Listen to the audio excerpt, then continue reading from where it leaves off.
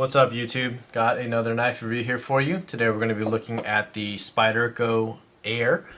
This is a collaboration between Gayle Bradley and Spyderco.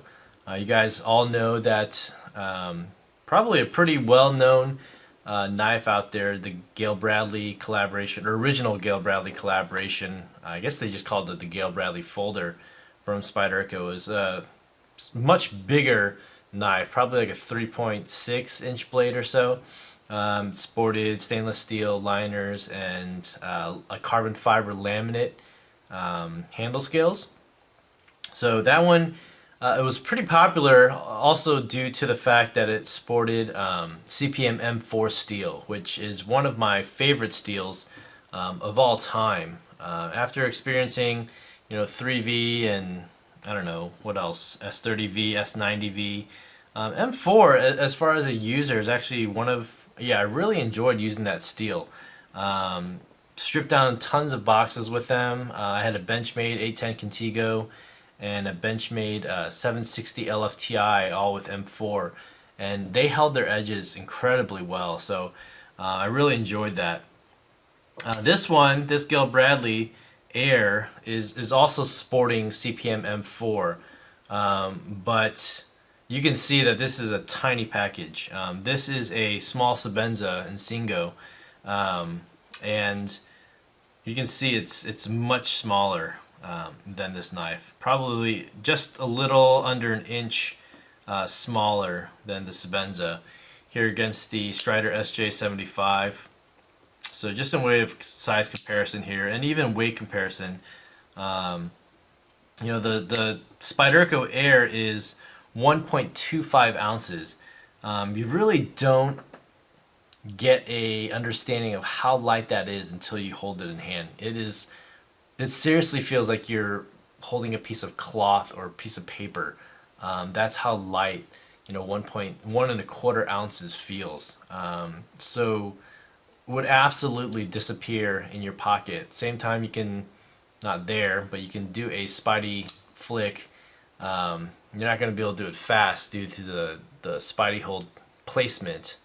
You're really kind of digging your finger in here if you can, and then so it's not the best flipper for sure, and you wouldn't use it. It's not tactical. It's not meant to be quick deployment or anything like that. So this is really meant to be a gentleman's folder, pretty high quality gentleman's folder with a steel that's going to hold up for you no matter, in general, like whatever tasks you throw at it. Obviously you're probably not going to break down like a ton of cardboard boxes with this knife. I think it would hold up fine. The only thing is, there is blade flex, given that it's a it's like a 89 thou, inch blade, so it's extremely thin, excuse me, compared to, say, a Sebenza that's, 125 thou thick right there. So you can see the difference in that blade stock, and it comes to a very acute edge. And compared to, say, the Techno, which is, I don't know, 4.5 mil thick. So little big knife, right here, and then this is just a little knife. I don't think they would market this as a little big knife. So this doesn't have a pocket clip either, so it's just slip in your pocket or slip in your coin pocket, watch pocket, in your jeans, or at the bottom of your business pants or whatever, and it's gonna work. It's gonna be a great little folder that you kind of just forget that's there. Anyway, in terms of materials, features a glass fiber. So I don't think it's really carbon fiber. It looks like silver twill basically, but I believe it's a laminate.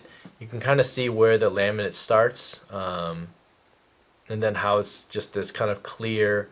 I don't know if it's G10 or what, but they do call it a glass fiber laminate. And then it features a skeletonized, both sides actually, for the liner and for the display liner. It's a skeletonized liner, so I don't know if you can see that in this light. But yeah, I mean, they basically tried to take as much weight off of this thing as possible to get to that 1.25 ounces, which is pretty, I mean, honestly, it's pretty astounding.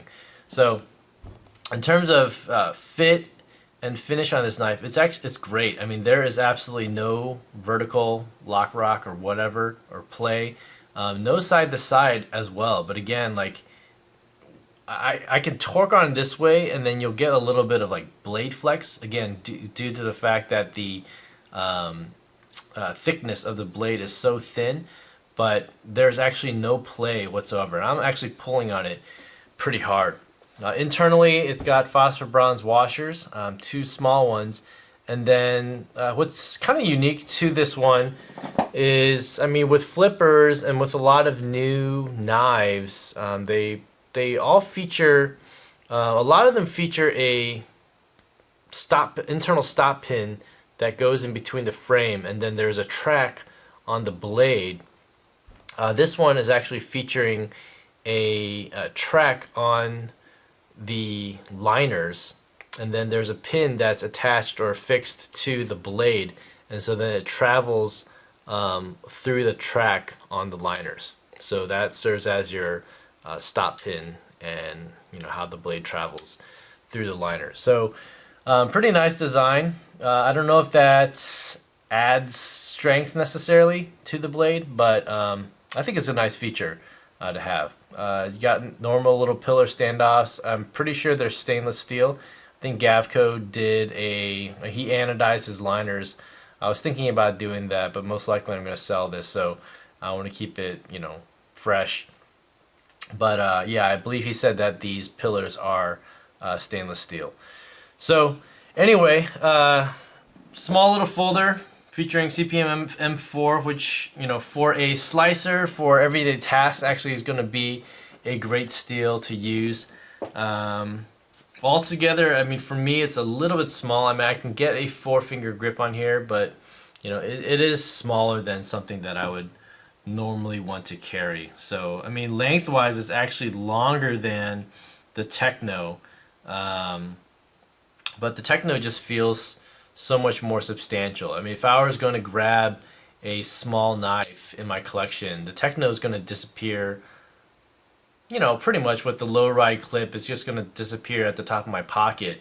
The Gayle Bradley, I'm going to throw at the bottom and dig around, you know, to find it. So I'd just rather carry a small fixed blade with me than this. So anyway, that's just my opinion, some thoughts on this knife. Overall, construction and everything from the Taiwanese plant is great. The design is actually pretty cool.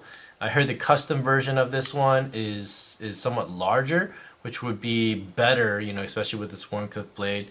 But if you're looking for a really simple, gentleman's folder, I mean, kind of like the Menundi from Chris Reeve, you know, it's very small, but it is adequate and it's capable. So this is a good, I think it's a good option, you know, to be honest. But for me, I would much rather grab a small Sebenza. I really like the feel of the SJ75 in my hand.